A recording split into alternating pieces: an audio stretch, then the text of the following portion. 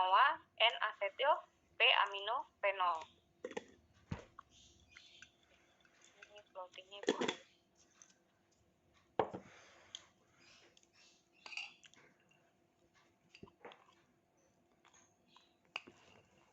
Nah ini ya, jadi materinya adalah sintesis dari analgetik dan antipiretik, yaitu khususnya N-asetil P-aminofenol.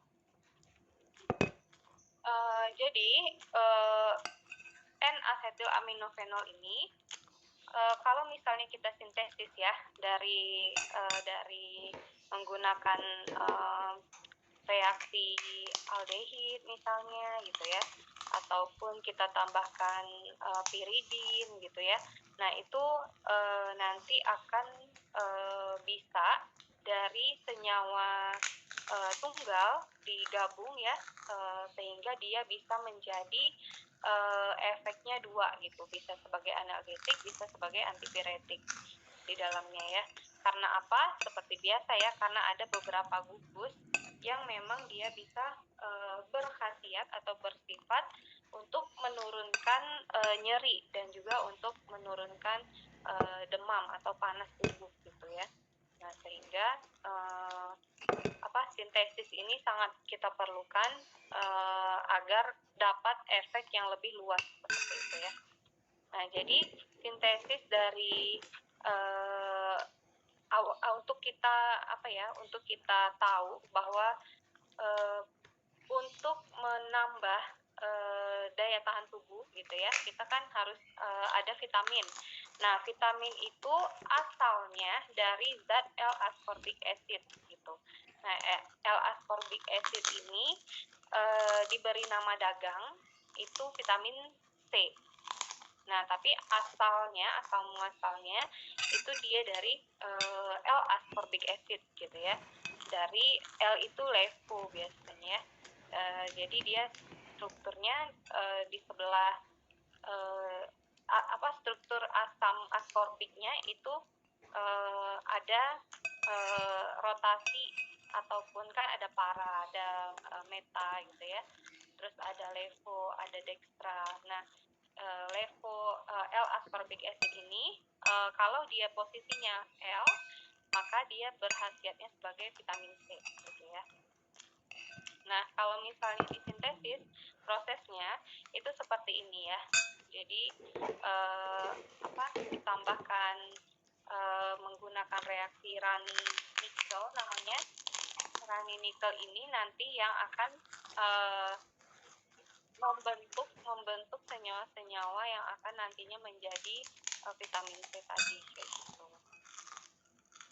Jadi awalnya itu dari glukosa gitu ya, dari glukosa, terus jadi dari desorbit, dari L-sorbus gitu ya.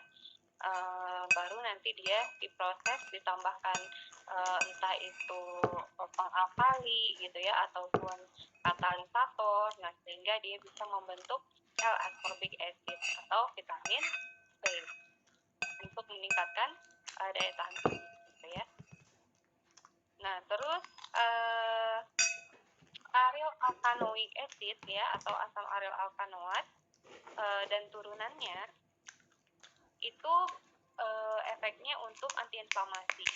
Nah antiinflamasi dia sebagai agen antikolinergik namanya gitu ya, agen antikolinergik yang zatnya namanya adalah diaryl dan aryl alkyl acetic acid gitu ya. Nanti si zat-zat ini disintesis menjadi agen antikolinergik tadi, sehingga diperolehlah respon antiinflamasi yang diinginkan. Jadi semua senyawa itu awalnya disintesis dulu gitu ya, sebelum diperbanyak nantinya dia menjadi menjadi macam-macam dari khasiatnya apa gitu. Nah jadi antiinflamasi yang aryl acetic acid ini atau NSAID ya, ketoprofen gitu. Nah ketoprofen itu adalah salah satu dari sekian banyak NSAID. Nah nanti diklasifikasikan menjadi ketoprofen ini ke non-steroidal anti-inflammatory agent gitu ya. Ada juga yang steroidal anti-inflammatory agent. Nah, tapi kalau ketoprofen dia ke non-steroidal anti-inflammatory agent. Nah, terus sintesisnya ini diawali dengan namanya garam diazonium. Nah, nanti garam diazonium ini akan berubah dari amin 1 ya dengan gugus kalium etil santat, lalu nanti akan ditambahkan zat pengalkali ya, lalu dihidrolisis menjadi tiofenol 2. Nah, baru nanti akan direaksikan dengan garam atau natrium ya, garam natrium yaitu 2 garam natrium 2 dengan 2 iodobenzoic acid. Nah, itu nama reaksinya. Nah, nanti baru dihasilkan bisaryl sulfida. Menghasilkan bisaryl sulfida ini dia melalui proses namanya penambahan cincin aromatik yang nukleofilnya ya. Jadi di bagian nukleofilnya ditambahkan cincin-cincin aromatis sehingga barulah bisa terbentuk si bisaryl sulfida ini. Terus bisa juga menggunakan reaksi namanya Friedel-Crafts cyclization. Nah, Friedel-Crafts cyclization ini dia kan merupakan basis ya, nanti dia akan ditambahkan di basic acid. Di basic acid ini contohnya tiasanton gitu ya, tiasanton 4. Nah, nanti akan ditambahkan gitu tiasanton 4 ke dalamnya di dalam metode Friedel-Crafts ini, sehingga nanti akan terbentuklah si desulfurization gitu ya prosesnya. Baru hasil akhirnya adalah ketoprofen yang untuk agen inflamasi. Jadi banyak ya metode sintesis itu. Nah, terus kalau misalnya potasium etil santat atau natrium ya, potasium itu sama dengan natrium. Potasium tuh bukan sama dengan natrium. Potasium tuh adalah kalium maksud ibu ya, kalium. Bahasa Inggrisnya potasium. Nah, jadi potasium etil santat ini fungsinya tadi ya dia adalah untuk anti-inflammatory agent gitu ya. Nah, jadi nanti dia dibuat bentuk esternya gitu ya dari alkil dan aril, golongan-golongan halida ya. Golongan halida tahu kan yang golongan 5. Nah, nanti akan menghasilkan hasil intermediate yang memiliki fungsi yang baik gitu ya untuk sintesis senyawa organik ya. Ini namanya senyawa organik ya yang dari alam gitu ya di sintesisnya. Nah, selanjutnya adalah proses desulfurization. Nah, kalau proses desulfurization itu untuk memperoleh hasil yang bernama zatnya itu adalah tioasetal ya. Nanti dia akan ditambahkan akan diproses menggunakan metode desulfurization ya. Jadi ditambahkan sulfur di dalamnya ya. Tambahkan sulfur untuk menghasilkan satu reaksi yang diinginkan. Nah, jadi si ketoprofen ini tadi antiinflamasi antipiretik ya, anti nyeri. Nah, terus ada juga antiinflamatori ya, yang namanya arila acetic acid. Termasuk kategori NSAID dia ya, yaitu diclofenac dan mereknya itu di pasaran Ponstan gitu ya. Nah, jadi antranilik ini nanti contohnya adalah flufenamic acid.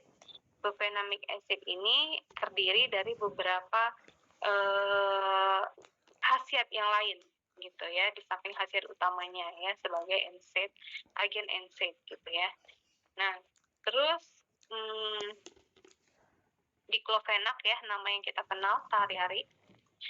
Nah, diclofenac ini pertama kalinya ya dikondensasi dengan oksalil klorida. ya, nanti dia akan menghasilkan oxanilic acid klorida. Terus dia menggunakan metode Friedel-Crafts, lalu dia akan direduksi dengan menambahkan gugus keto ya, gugus keto dengan metode Wolff-Kissner. Nah, gitu.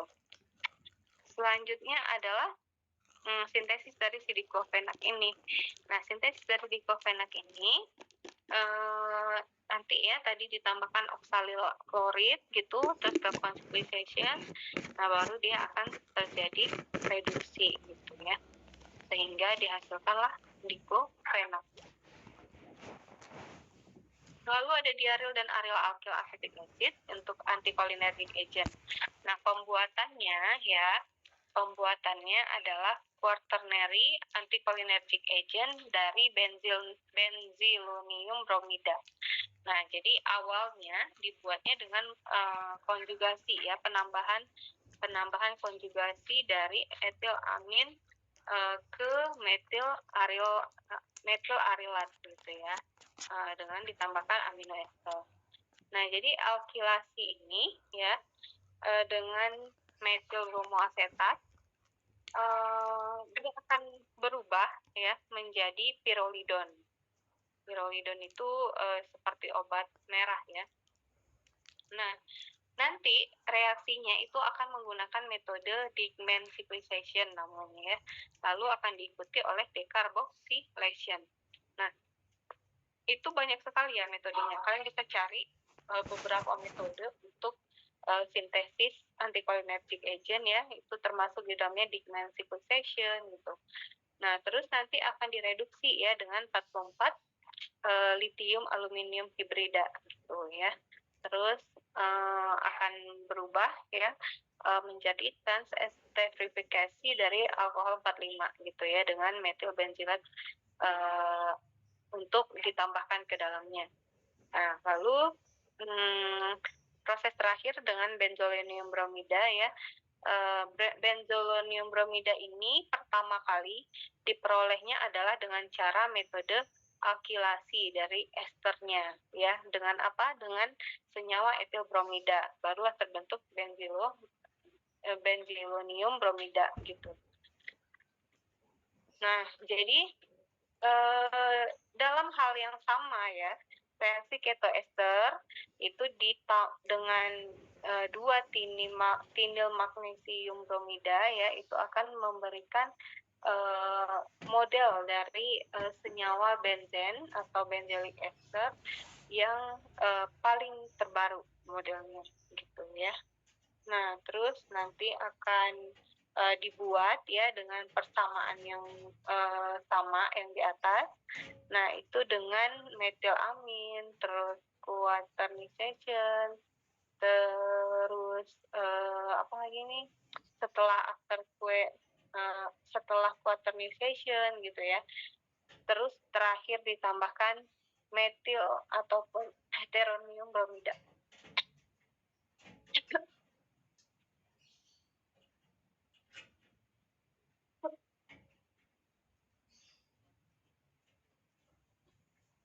Sorry ya, Ibu lagi nggak enak badannya. Lalu sintesis dari benzilonium bromida ya. Nah, sintesis benzilonium bromida ini diawali tadi dengan benzilonium bromida diawali dengan konjugasi etilamin ya ke metil arilat ya, ini ya, metilamin ke etilen dari etilamin ke metil arilat gitu ya, dari etilamin ke metil arilat jadi metil ya, jadi satu jenisnya. Nah, ini adalah pembentukan dari benzilonium bromida. Nah, di sini tertera nih ya, dia ngambil dari buku apa ya. Kalian bisa cek nanti di situ untuk strukturnya ini ya. Dia dibuatnya menggunakan proses apa tadi namanya? Konjugasi ya, konjugasi. Terus cara preparasinya dengan quaternary. Nah, itu bisa dicek sendiri ya. Terus selanjutnya yang ini. Kelihatan nggak? Ini apakah terlihat slide yang Ibu tampilkan barusan? Itu tadi yang P14 ya, ini kita masuk ke 15. Terlihat tidak? Terlihat, Ibu. Apa tulisannya?